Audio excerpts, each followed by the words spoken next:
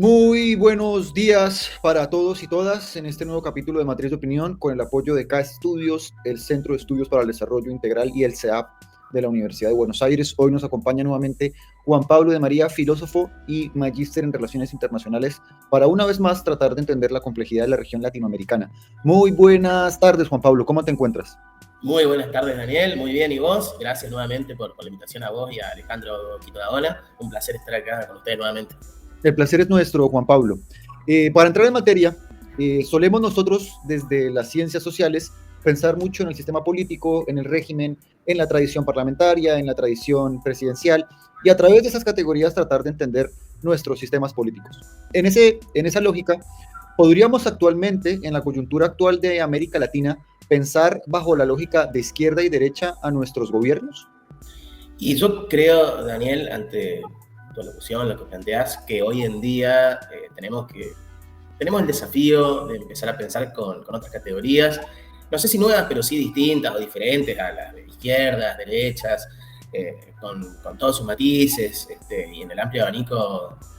terminológico y práctico que implica cada una, ¿no? No nos olvidemos que son categorías que nacen al calor de las revoluciones de la segunda mitad del siglo XVIII, por citar solo dos, la industrial inglesa y la francesa, y luego se replicaron en otros procesos revolucionarios, tanto en Europa como en otras geografías, en otras regiones, por ejemplo la nuestra, particularmente la latinoamericana caribeña. No nos olvidemos que han anclado y echado sus raíces aquí en nuestra región desde el siglo XIX en adelante, ¿no? Particularmente creo que el siglo XX estuvo plagado, y por qué no lo sigue estando, en sus análisis políticos, geopolíticos, con esa categoría, ¿no? Yo creo que hasta el día de hoy siguen siendo un marco de referencia para pensar cuestiones políticas, geopolíticas en nuestra región y en el mundo, por supuesto, lo cual le da vigencia, pero creo, Daniel, que hoy en día empieza a surgir esta necesidad, y porque me interesa también, de empezar a pensar con otras categorías, que si bien creo que eso está en ciernes o digamos, hay un debate al respecto, y por ahí se suele, por lo general se suele, digamos, acusar de derecha o de derechas a quienes plantean esto, ¿no? Pensar más allá de izquierdas y derechas o con otra categoría. Yo cuando digo esto, Daniel, recuerdo a la expresidenta argentina, Cristina Fernández de Kirchner, que en más de un acto público, o en más de una de sus apariciones públicas, recuerdo una puntualmente, su discurso en el contraforo al G20 en Claxo, si mal no recuerdo, en Ferrocarril, en el estadio de Ferrocarril Oeste, en noviembre, diciembre del 2018, cuando fue el G20 en Argentina, ¿recordás? Ahí ella planteó esto, digamos, de idear, de generar en los análisis políticos, en el pensamiento político, otras categorías, porque ya las de izquierda y derecha están de alguna forma vetustas y ya no sirven para comprender cabalmente los complejos procesos políticos, geopolíticos que hay hoy en día, tanto dentro de la región como fuera de ella. Entonces, en ese sentido, Daniel, concluyendo la respuesta a tu pregunta, creo que sí, digamos, creo que sí, que ya no sirven para pensar cabalmente como sí sirvió, por lo menos hasta hace unos años atrás, pero yo creo que con la pandemia de COVID-19, esa pandemia global que afectó al mundo en su conjunto, y a nuestra región en particular, y con la invasión de Rusia-Ucrania, o la guerra Rusia versus Ucrania, y los conflictos en el Medio Oriente, y las irrupciones de lo que fueron los gobiernos de Trump en Estados Unidos, de Milei en Argentina, lo que fue el bolsonarismo en Brasil, y más allá de nuestra región, también pienso en lo que es, digamos, potencias como China, Rusia y sus procesos políticos, y por qué no los europeos, que por ese motivo creo que pensar con otra categoría es necesario, y hay que, bueno, creo que tenemos la tarea nosotros de reinventar esa categoría, y por ahí, si no tenemos los nombres ahora, empezar a poner otros nombres, ¿no? O dar otros nombres para que sirvan de análisis, de comprensión de los procesos políticos y geopolíticos que hoy en día están en curso. Bien, yo justamente soy una persona que cree fielmente que las categorías de derecha e izquierda, como bien lo decía, son vetustas. En relación a eso, que no es un análisis mío, sino que viene de la ciencia política, la politóloga austriaca Natascha Strobel intenta descifrar lo que se conocen como las nuevas derechas o lo que se conocen como los discursos de la derecha radicalizada, de la extrema derecha, y ella encuentra que en el seno europeo hay una particularidad muy específica, y es que muchas agendas de derecha han optado por tener dinámicas de economía social inclusiva, lenguaje inclusivo, ideología de género,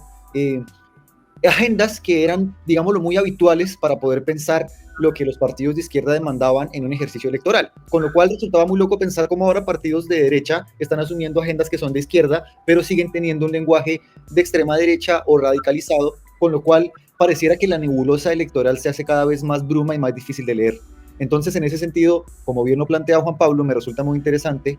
hacer un nuevo análisis un poco más profundo y en función de categorías que ya no describen lo que está sucediendo, pensar con mayor afinidad nuevas herramientas.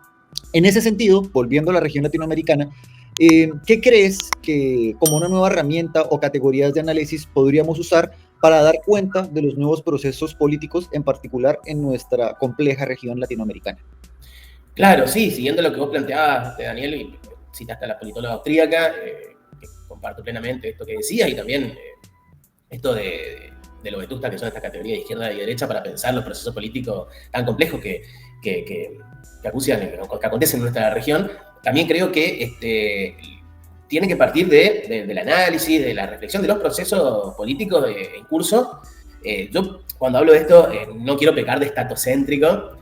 o gobiernos nacionales céntricos en cuanto a que mis análisis parten por lo general desde allí. Pero es cierto también, Daniel, que hoy en día hay otros actores emergentes que adquieren cada vez más fuerza en lo político y social, en lo geopolítico, como por ejemplo los movimientos sociales, a quien el Papa Francisco le ha prestado mucha atención y lo ha apoyado geopolíticamente, desde su lugar cuando fue sumo pontífice, y que creo que el actual sumo pontífice va a continuar ese legado. Han sido y siguen siendo muy importantes en los últimos por lo menos 20 años o 30, Daniel, en nuestra región. Entonces no podemos centrarnos, digamos, en un realismo político solamente en los análisis de los procesos estatales, gubernamentales, pero partiendo de allí, por lo menos, de donde yo parto, no necesariamente, pero sí como para pensar en las complejas cuestiones, como decías, del proceso de nuestra región, me parece muy importante resaltar, digamos, cómo van operando y que justamente, como vos decías, digamos, así como pasa en Europa, lo podemos trasladar a Latinoamérica, ¿no? Porque hasta dónde podemos decir que, por ejemplo, hoy en día, el gobierno de Lula o el gobierno de Petro, Lula en Brasil, Petro en Colombia, Boric en Chile, Sheinbaum en México, hasta dónde son de izquierda, digamos. Digo, si lo pensamos con una cabeza del siglo XIX y XX, creo que hoy en día ya no le cuadra muy bien esa adjetivación, esa calificación de izquierda, pero porque justamente el mundo está cambiando tan vertiginosamente y tan profundamente que hay medidas que por ahí son de tal realismo y pragmatismo político que a algunos le pueden hacer pensar que son de derecha, digamos.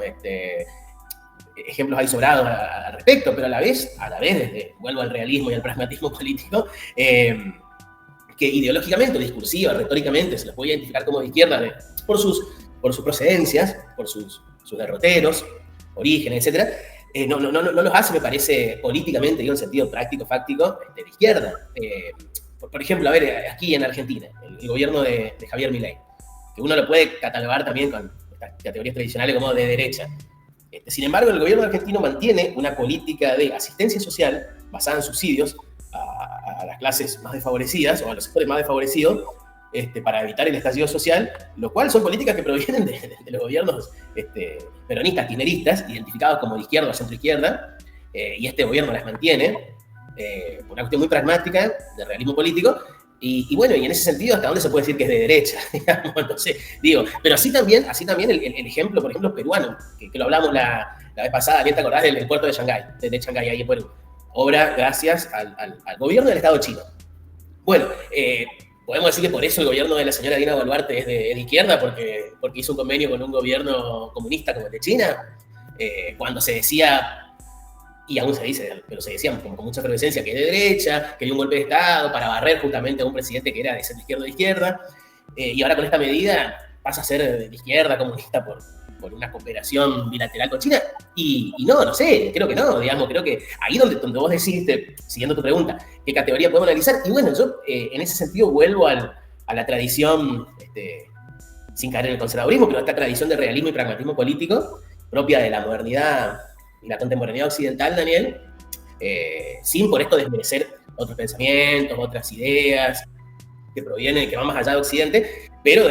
esto de realismo y pragmatismo político, digamos, que a la hora de gobernar hay que establecer determinadas jugadas políticas, geopolíticas, digo, en el tablero internacional, donde justamente el accionar, el modo operandi del Estado y gobierno, está más allá de izquierda y de derecha. A eso voy, ¿viste? Entonces, creo que eso, por eso yo me encuadro en esta tradición de realismo y pragmatismo político, siempre, por supuesto, Daniel, siempre en favor de los pueblos. Siempre Bien, yo en ese sentido, claro, yo en ese sentido también soy una persona que considera que desde el escenario internacional, de vuelta una vez más el realismo político es la teoría de las relaciones internacionales que logra describir con mayor fidelidad el mundo en el que nos encontramos.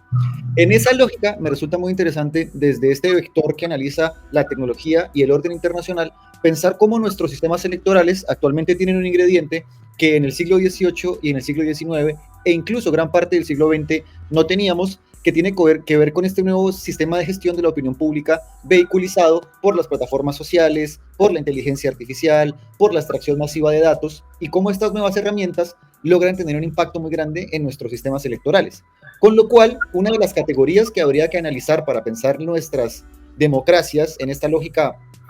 antitética entre izquierda y derecha sería el rol fundamental de las tecnologías de información y comunicación y cómo tienen un impacto en la toma de decisiones políticas. Sin embargo, cuando nosotros analizamos en el año 2017 y esta irrupción de Cambridge Analytica vinculada a Steve Bannon y a Facebook y en la posibilidad electoral que esto se reprodujo en el escenario norteamericano como en el Brexit y también en el caso latinoamericano,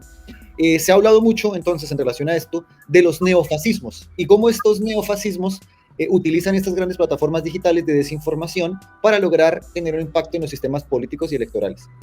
Teniendo en cuenta esto que planteamos del realismo político y de esta nueva faceta de la tecnología como un nuevo vector de poder, ¿podríamos pensar al neofascismo como una nueva lógica en la región latinoamericana o sigue siendo una categoría vetusta? Bien, en ese sentido, me parece que esa categoría que ha cobrado fuerza en los últimos años, Daniel, sobre todo por procesos políticos emergentes, fuera de la región y dentro de ella, el caso del bolsonarismo en Brasil, o hoy en día el mileísmo en Argentina, pero también recuerdo que se supo aplicar a lo que fue el gobierno, el breve gobierno de Iván Duque en Colombia, o más o menos Piñera en Chile, etc. Creo que tiene su actualidad o su vigencia, porque plantea una vuelta de tuerca al fascismo estilo siglo XX, de los años 20, 30 y hasta finalizada la Segunda Guerra Mundial, que es cuando fue derrotado el fascismo por las fuerzas aliadas, en general y por el comunismo en particular, ¿vale? Hay que decirlo esto, así como decimos que la Segunda Guerra no fue solo el desembarco en Normandía, que es lo que dice la historia oficial estadounidense-céntrica, sino también por el ejército ruso-soviético que le puso freno a los nazis llegando hasta Berlín. Bueno, así también, con esto también, yo creo que en ese sentido, en el siglo XX fue la izquierda quien frenó el avance del fascismo y sus símiles. Bueno, creo que también hoy en día, digamos, las respuestas, digamos, a estos llamados neofascismos, y en ese sentido hay que poner en discusión el término, el prefijo neo, porque claro, al renovarse, claro, en ese sentido, al renovarse el fascismo, adquiere ahí el carácter de neo, pero en ese sentido, que no es neo, ¿no? Toda renovación de algo, de un movimiento, teoría, en su formato teórico como en el práctico, es ya algo neo, ¿no? Una renovación. En ese sentido, claro, el neofascismo es el fascismo, pero por vía más democrática, en el marco de las democracias liberales occidentales, mediante el voto popular, y lo que vos estabas diciendo en tu alocución, Daniel, muy, muy importante, que es el uso de las tecnologías de información y comunicación para convencer a los pueblos, digo, a los electorados, a la hora de ir a votar. Mediante, por supuesto, la generación de fake news, noticias falsas, falacias que se van generando permanentemente desde los medios de comunicación y las redes sociales para convencer a las poblaciones de elegir, de votar a proyectos, digamos, no neofascistas. Yo creo que en ese sentido el término neofascista tiene su vigencia, por supuesto, y me parece muy importante, pero también me parece importante destacar que también tiene vigencia hablar de, y esto es un término muy, si se quiere, decimonónico y siglo XX, que es el de fuerzas reaccionarias que llegan al poder mediante esto que vos estabas diciendo, Daniel, que es la generación de noticias falsas y falacias que están muy bien elaboradas y aceitadas, digamos, desde grandes centros de operación, no precisamente centralizado, ¿no? Porque una de las características, creo, de este emergente, que son los medios, por lo menos redes sociales, y por supuesto todavía los medios de comunicación tradicionales tienen fuerza, todavía la televisión y la radio, como los medios gráficos, si bien hoy en día se da más ya en la virtualidad, en internet, ya casi no se publican en medios gráficos en versión papel, una cuestión ecológica, cuidar el ambiente, y etcétera, que todavía tienen su fuerza. Esto no quiere decir que no tengan fuerza las redes sociales, Instagram, Facebook, X, Twitter, etcétera. Para lo que voy es que, aquí hay que puntualizar con esto, que el término neofascismo entonces me parece absolutamente aplicable, con vigencia, pero también no nos olvidemos que neofascismo es un vocablo que proviene de las fuerzas más de la centroizquierda y de la izquierda, y que me parece que queda muy reducido a ese espectro, un espectro hoy en día muy, muy cuestionable, por esto que decíamos anteriormente, y que en ese sentido pensar, creo yo, hablar de fuerzas reaccionarias también es muy amplio, y uno puede decir, bueno, pero no estás ideando ninguna categoría nueva o distinta, estás usando una existente, pero que todavía me parece muy válida dentro de mi clasicismo a la hora de pensar los procesos políticos en la región y fuera de ella, para dar cuenta de algunas cosas que van aconteciendo. Por ejemplo, hablando de esto, en nuestra región, la fuerza reaccionaria para mí, ese neofascismo, no son solo algunos gobiernos, como el de Milei en Argentina, sino todo un andamiaje, un aparataje comunicacional, financiero, que sostiene, digamos, también a estos procesos, a estos modelos políticos. No operan solos, digamos, no tienen una fuerza, digamos, absolutamente propia o exclusivamente propia, sino que también ese neofascismo, del que hablamos hoy en día, tiene que ver con esto que vos estabas diciendo, las tecnologías de información y comunicación, y quiénes son los grupos, los hombres que están financiando, sosteniendo esos procesos.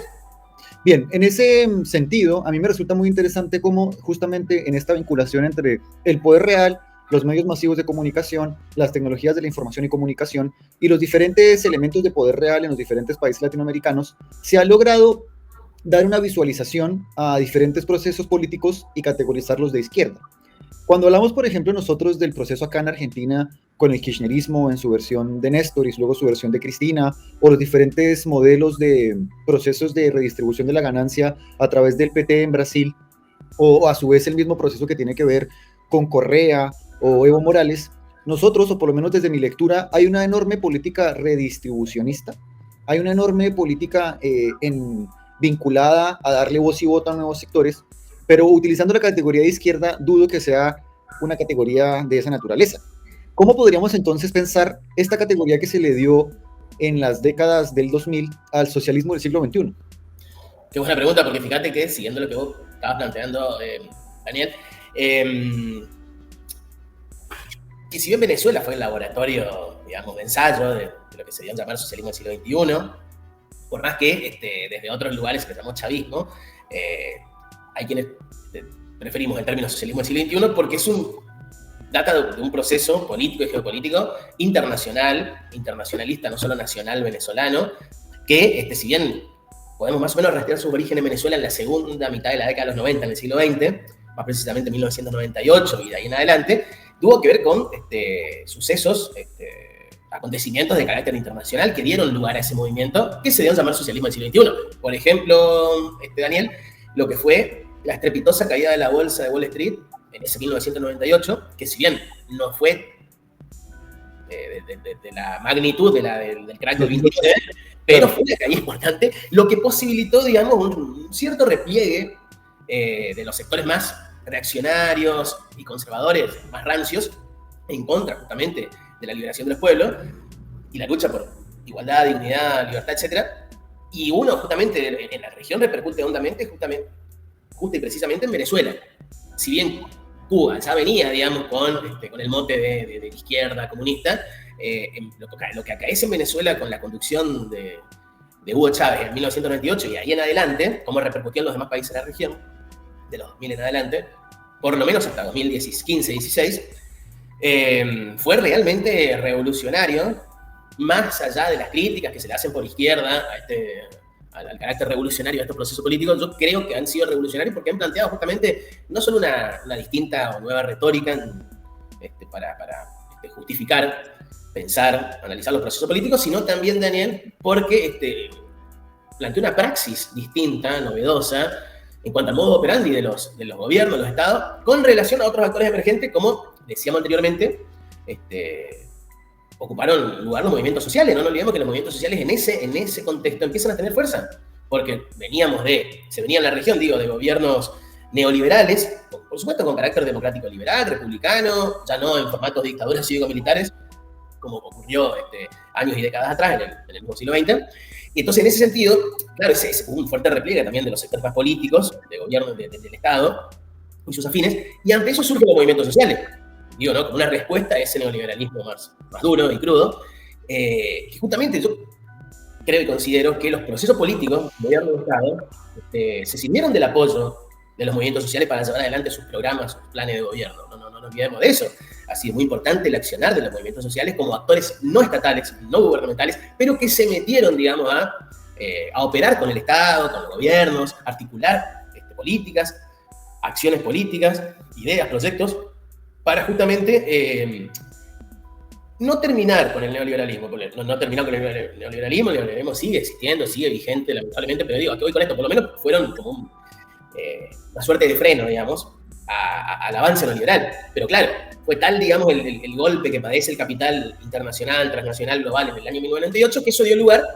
lo internacional dio lugar justamente a procesos de índole socialista siglo XXI en distintos países. Venezuela creo que fue el país en este sentido que el laboratorio de ensayo, pero claro, eso luego se replicó en Brasil, con Lula, el lulismo en Argentina, con los Kirchner, el kirchnerismo,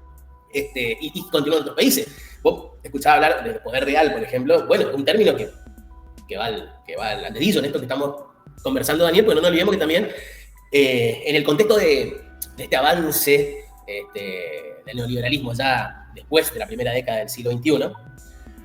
cuando justamente mediante la herramienta del lawfare o guerra judicial, lo que hizo fue empezar a frenar ese avance, digamos, que venía del otro lado, que denominaban izquierda o centroizquierda, y que hoy en día, bueno, desde Argentina se habla de la izquierda, del comunismo, y todo eso, digamos, que lo que vienen a combatir. Ahora, es cierto también que en ese sentido, concluyendo en la respuesta a tu pregunta, Daniel, el socialismo del siglo XXI hoy en día me parece que es una categoría de análisis que, por el avance de su contrario, no le veo mucho asidero práctico. Con esto quiero decir cómo está funcionando, por ejemplo, el gobierno de Nicolás Maduro, el lugar donde se puede decir que fue la cuna del socialismo del siglo XXI, o una de sus cunas, por lo menos en la región latinoamericana caribeña, y su modo operandi en el gobierno, bueno, ya no, yo creo que el gobierno de Maduro hoy en día es un gobierno de un nivel de realismo y pragmatismo político tan duro y patente, que ya yo no creo que le quepa el mote de socialismo del siglo XXI, y los demás países de la región que han abrevado de sus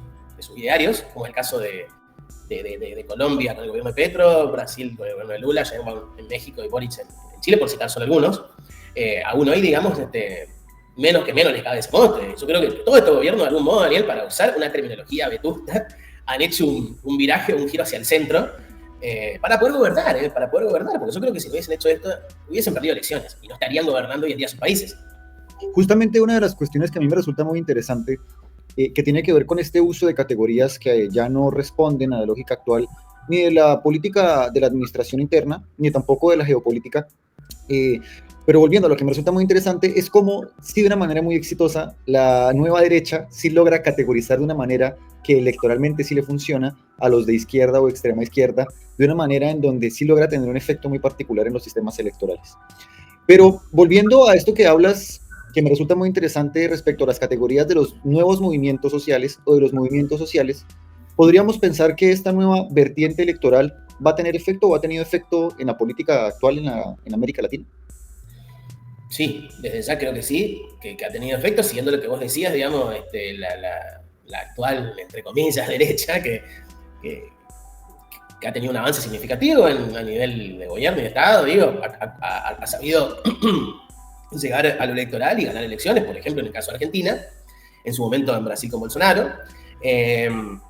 ¿por qué no Iván Duque en Colombia o Piñera en Chile? Me parecen también ejemplos de esto que estamos hablando, ejemplos prácticos, pero aún así yo creo que ha sido tal la fuerza de los movimientos más de centro-izquierda progresistas o nacional populares en sus políticas que esos gobiernos no han podido dar marcha atrás, por más que lo han pretendido, de terminar con la ayuda social, de que cada cual tiene que hacerse cargo de sí mismo y si no puede, para decirlo muy, muy claramente, que se joda, como decimos en Argentina, o que soporte, como dicen en otras geografías. Ha sido de tal calaña, o de tal magnitud, Daniel, que en ese sentido, las categorías que utiliza hoy en día estas fuerzas más reaccionarias, también se les llama neoconservadora, y no me parece un mal adjetivo, neoconservador, por lo menos da cuenta de su accionar, ¿no? de su modo operandi político, han utilizado categorías que no son para nada nuevas, ¿no? Al tildar de comunista, el enemigo del comunismo internacional, o la izquierda. El caso, por ejemplo, argentino con Milei, que Milei recorre el mundo dando conferencias, no visitas de Estado a otros primeros mandatarios o jefes de Estado, sino dando conferencias en lugares donde van distintos tipos de personalidades de la política, más allá de ella, planteando que el enemigo a combatir es la izquierda, el comunismo, que son términos que lo consideramos vetusto nosotros, pero a esa derecha le sirve para ganarse un electorado. O sea, acá en Argentina es clarito esto, Daniel, como mucha gente que ha votado asume que el kirchnerismo es de izquierda. Exactamente. Acá en Argentina es el kirchnerismo el enemigo. Es una forma, ¿no? de una praxis, uno de los tipos de praxis de izquierda. Pero a nivel internacional es el enemigo del comunismo, la izquierda. Digo, ellos utilizan categorías que nosotros las consideramos vetustas, pero que a ellos les sirven, porque mucha gente replica eso sin saber mucho, sin tener sesudos conocimientos al respecto, pero lo dicen, no, sí, pasa que está lleno de comunistas, el país está lleno de comunistas, el problema son los comunistas, son la gente de izquierda. Entonces, uno dice, ¿qué capacidad de reflexión tiene, digamos, tienen esos sectores a la hora de usar sus categorías? Porque para mí se nota que la sacaron del cajón, del baúl del siglo XX y no han innovado en eso, no han innovado, por lo menos en sentido conceptual. No han innovado en sentido conceptual. Y en sentido práctico, bueno, han sabido, como decimos, llegar a los electorados y le ha sido de gran ayuda las tecnologías de información y comunicación. Creo que han sabido usar y la siguen sabiendo usar muy bien esos aparatos. Y ante eso, yo creo que la cuestión conceptual y categorial no les interesa tanto renovarlas mientras puedan gobernar. Bien, yo le recomiendo a la comunidad que se suscriba, que comparta y le dé like a este contenido. Le recuerdo a la comunidad que este medio de comunicación tiene por objeto la divulgación en relaciones internacionales, geopolítica y política exterior con diferentes profesionales vinculados al orden internacional. Juan Pablo, ha sido un placer tenerte en Matriz de Opinión nuevamente. Hemos llegado lastimosamente al final del canal. Espero, por supuesto, que no sea la última vez que nos encontremos. Le recuerdo a la comunidad, una vez más, que este programa ha sido desarrollado junto a la colaboración de K-Estudios, el Centro de Estudios para el Desarrollo Integral y la Facultad de Ciencias Sociales de la Universidad de Buenos Aires. Juan Pablo, te dejo un saludo y te saludo desde Buenos Aires. Muchas gracias, Daniel, a vos, a Alejandro Quito Gaona, a todo el equipo de trabajo, como también al Centro de Estudios para el Desarrollo Integral, etcétera, etcétera. No me quiero olvidar de ninguno. Muchas gracias, fue un placer y espero que sí, que nos volvamos a ver por aquí y poder conversar y debatir cuestiones atinentes a nuestra región.